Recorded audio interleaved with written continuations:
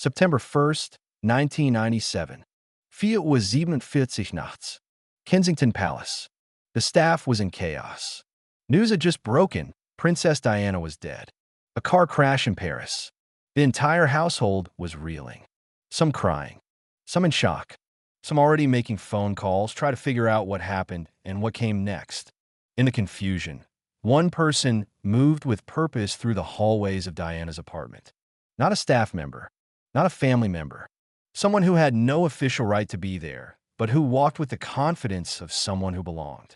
Camilla Parker Bowles had been given a key months earlier. By Charles. In case of emergency, he'd said. In case something happens and we need access to Diana's private papers. This was an emergency. Diana was dead. And somewhere in this apartment were documents that could destroy Charles. Destroy both of them. Camilla had 60 minutes. Maybe 90 if she was lucky. Before palace security locked down the residence. Before Diana's family arrived. Before anyone thought to check who had been in the apartment during those crucial hours after Diana's death. She went straight to Diana's private study. The room was exactly as Diana had left it. Papers scattered across the desk, photographs on the walls, the sweet smell of Diana's perfume still lingering in the air. Camilla felt a pang of something. Not quite guilt, but something close. Diana was dead, gone forever. And here Camilla was, rifling through her private things, erasing evidence of her own wrongdoing. But sentiment was a luxury Camilla couldn't afford. Charles had called her at 3 a.m., waking her from restless sleep with 3 words. She's gone. Go.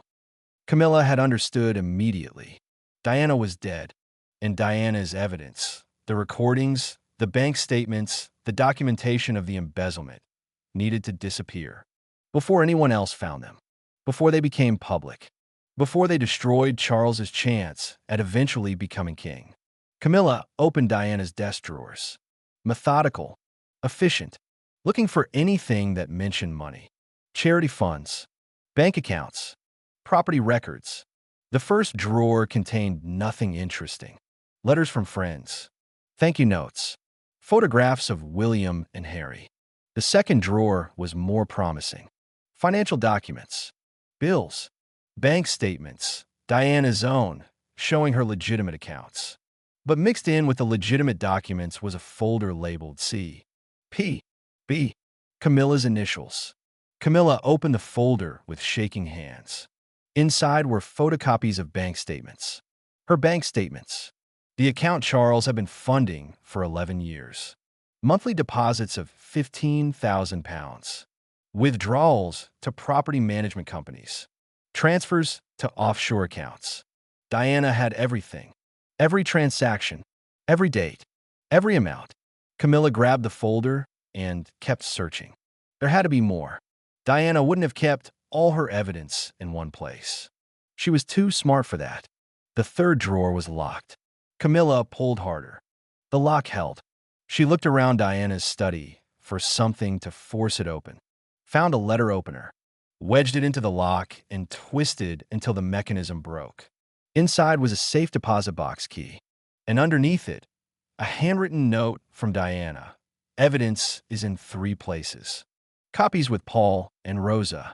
Original recordings in my personal safe. If anything happens to me, make sure William and Harry see everything. Camilla's blood ran cold. Paul Burrell, Rosa Monckton. Diana had given copies to other people. This wasn't just about cleaning out Diana's apartment. This was about a much bigger problem. But first things first, the personal safe. Camilla stood, looking around Diana's study. Where would Diana keep a safe? Not obviously visible security risk, but somewhere she could access easily. Somewhere private. Camilla checked behind paintings, behind furniture, under the desk. Nothing. She moved to Diana's bedroom, the most private space, the place Diana would feel safest storing sensitive materials. The bedroom was eerily untouched. Bed made, clothes laid out for the next day, a day Diana would never see. Photographs of William and Harry on the nightstand. Camilla checked the closet.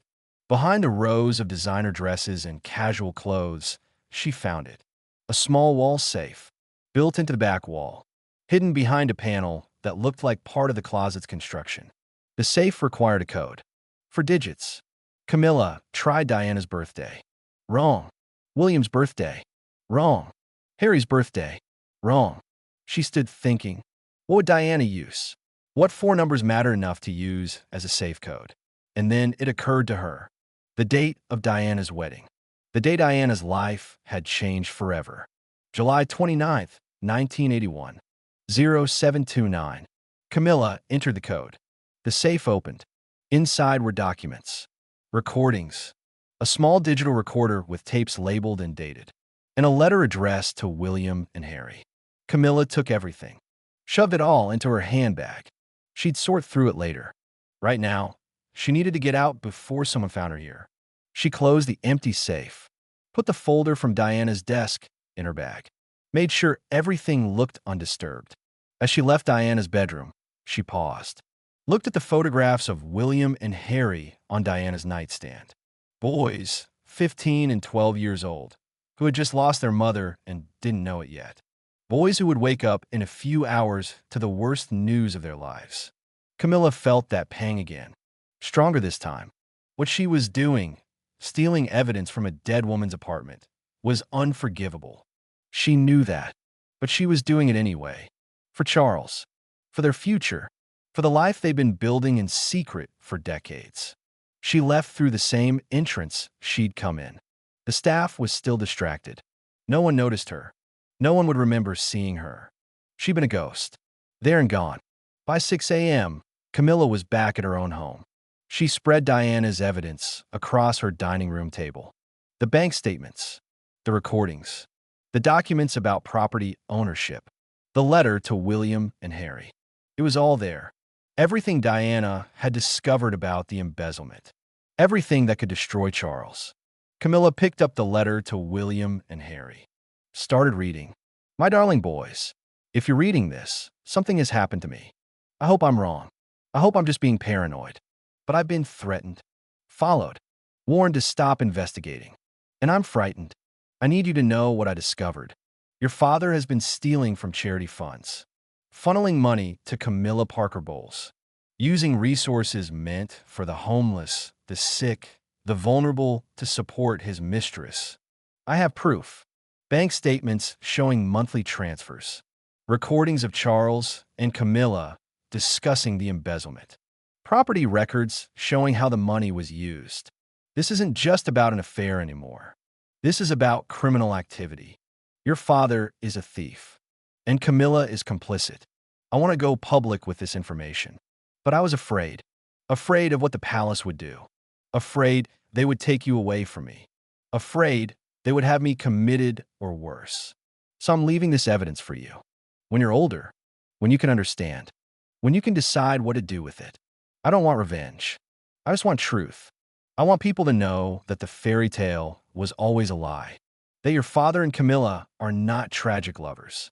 They're criminals who used charity money to fund their affair. Do with this information what you think is right. I trust you both. I love you both more than anything in this world. Mom, Camilla set down the letter. Her hands were shaking. Diana had been planning to give this to William and Harry. Had wanted her sons to know the truth about their father. About Camilla. If this letter became public, if the boys ever saw it, Charles would be ruined. The monarchy would be damaged beyond repair. And Camilla? She'd be remembered as the woman who helped steal from charity. Camilla made a decision. She walked to her fireplace, lit a fire even though it was September and not cold. And one by one, she burned the evidence. The bank statements went first, watching the paper curl and blacken, watching months of financial records turn to ash. Then the property documents, evidence of how the money had been used, proof of Camilla's cottage purchased with embezzled funds. Then the recordings. Camilla broke the tapes, pulled out the magnetic tape, and fed it to the flames. Watched as Charles's voice, captured admitting to embezzlement, was destroyed forever. Finally, the letter to William and Harry. Diana's last words to her sons. Her attempt to warn them, to give them truth. Camilla hesitated over this one, because burning a mother's letter to her children felt like crossing a line even she had been reluctant to cross. But she did it anyway. Watch Diana's handwriting curl and blacken. Watch the paper turn to ash. Watch the evidence of Diana's love and fear and desperate need to protect her sons disappear. By 8 a.m., it was done. All of Diana's evidence was gone, destroyed, as if it had never existed, except for the copies. The ones Diana had given to Paul Burrell and Rosa Monckton. Camilla called Charles. "It's done. I got everything from Diana's apartment." But she made copies, gave them to her butler and her friend Rosa. "We need to get those too." Charles was quiet for a moment. "I'll handle it. Paul can be managed. He won't want to lose his pension. And Rosa, I'll have someone talk to her. Make her understand that releasing the evidence would hurt William and Harry. She won't want to do that. What if they don't cooperate? Then we'll find other ways. Legal threats, financial pressure, whatever it takes." "Charles," Camilla's voice broke. "Diana is dead. Maybe we should just let this go." "Maybe. We can't let it go. If that evidence becomes public, everything we've built will be destroyed. I'll never be king. You'll never be my wife. We'll be remembered as criminals and adulterers who stole from charity. Is that what you want?" "No, Camilla Guisperth. No, of course not." "Then trust me. I'll handle Paul and Rosa. You destroyed the originals. That's what matters. The rest is just damage control." They hung up.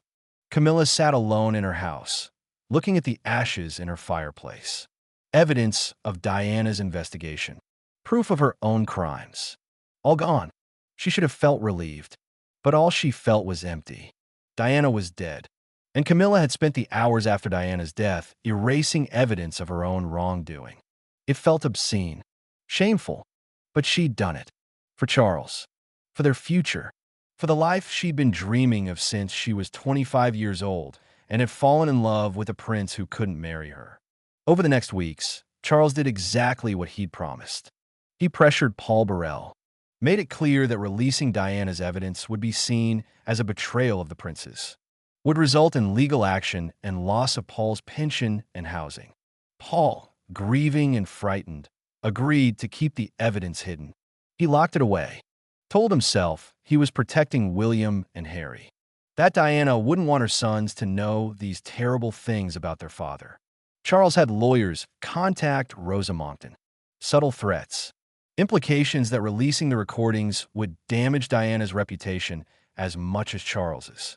That people would say Diana was vindictive, unstable, that her memory would be tarnished.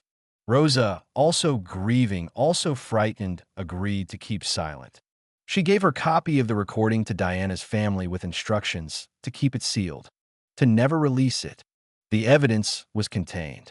Diana's investigation was erased. And the only people who knew what really happened that night, what Camilla had done in those crucial hours after Diana's death, were Camilla and Charles. For 26 years, the secret held. The evidence stayed hidden. Paul and Rosa kept their silence. And the world never knew that Diana had discovered Charles's embezzlement or that Camilla had destroyed the proof. Until 2023, when palace workers opened Diana's storage room, they found something Camilla hadn't known about. Backup copies, hidden in a box labeled Personal Correspondence, 1997. Copies Diana had made and stored separately from the evidence in her safe. Bank statements, transaction records, notes about her investigation. Not the recordings, those are gone forever, but enough documentation to prove Diana had been tracking financial fraud. Prince William demanded to see everything, and slowly he pieced together what had happened, what his mother had discovered, what had been destroyed after her death. He called in forensic accountants, had them review the old records, trace the money trail, confirm Diana's findings. Everything checked out. Charles had embezzled nearly £2 million from charity funds over 11 years, funneled it to Camilla, used it to support her lifestyle and purchase property. William confronted his father. Mom knew. She had evidence, and someone destroyed it after she died. Who? Charles couldn't lie to his son. Not about this. Not anymore. Camilla. She went to Diana's apartment that morning. After we got the news, she took the evidence from Diana's safe and destroyed it. William's face went white, while Mom was still lying dead in Paris. While Harry and I were being woken up to hear our mother was gone, Camilla was erasing evidence of her crimes. She was protecting us. She was protecting herself. William's voice rose. She was covering up embezzlement, destroying evidence, obstructing justice. And you helped her do it. I'm your father, and I'm going to be your king. You can't. I can't what? Hold you accountable? Demand the truth? Insist that the man who will be king shouldn't be a criminal. Charles closed his eyes. What do you want me to do? I want you to tell the truth. All of it. What you did. What Camilla did. What happened to Mum's evidence. That would destroy the monarchy. Maybe the monarchy deserves to be destroyed if it's built on lies and theft and covering up crimes. William left his father's office. He knew he couldn't force Charles to confess. Couldn't make Camilla admit what she'd done. They were king and queen now, protected by position and power. But William could do something else. He could make sure the truth was documented, preserved, ready to be released when the time was right. He met with Paul Burrell. I know you have copies of Mum's evidence. I know she gave them to you. I need to see them. Paul hesitated. He'd kept Diana's secrets for 26 years. But William was Diana's son. He deserved to know. Paul gave William everything he'd kept hidden. The bank statements. The letter Diana had written documenting the embezzlement. Notes about Camilla's secret account. William also met with Rosa Monckton. I know you had a recording. I know Mom gave it to you. What happened to it? Rosa told him the truth. About the lawyers. The pressure. How she'd been convinced to give it to Diana's family for safekeeping. William contacted Diana's brother, Earl Spencer. Do you have a recording that Rosa gave you in 1997? A recording of Dad and Camilla discussing embezzlement. Spencer did. He'd kept it locked away for decades. Never listened to it. Never told anyone it existed. But he gave it to William. William listened to his father's voice on that recording. Heard Charles and Camilla laughing about creative accounting. Heard them making light of stealing from charity. And William made a decision. When Charles died, when William became king, the truth would come out. All of it. The embezzlement. Camilla's destruction of evidence. The cover-up that had lasted nearly 3 decades. Not for revenge, but for justice. For Diana. For all the people who had been harmed when charity money was diverted to support an affair. William created a sealed file. Documented everything. The evidence Diana had gathered. The evidence Camilla had destroyed. The evidence that had been hidden and preserved and finally recovered. He gave copies to trusted people. His lawyers. His private secretary. People who would ensure that when the time came, the truth would be released. And he waited. Because William knew something his father and Camilla didn't seem to understand. The truth always comes out eventually. Secrets don't stay hidden forever. Evidence resurfaces. Justice, delayed, still eventually arrives. Camilla thought she'd erased Diana's evidence that night in September 1997. Thought she'd destroyed the proof of her crimes. Thought she'd protected herself and Charles from accountability. But she'd only delayed the inevitable. Only postponed the reckoning. William knows what happened. Knows what Camilla did. Knows how his mother's investigation was erased in the hours after her death. And when William is king, the world will know too. The night Camilla erased Diana's evidence will be exposed. The cover-up will end. The truth will finally be told. Not today. Not while Charles is still alive. Not while Camilla is still queen. But someday. Soon. Because Diana deserves justice. Even 26 years after her death. Even though the evidence was destroyed. Even though the criminals went unpunished. Justice delayed is not justice denied. It's just justice waiting for the right moment. And that moment is coming. William knows. William remembers. William has the proof. And when the time is right, William will make sure everyone knows what Camilla did the night she erased Diana's evidence.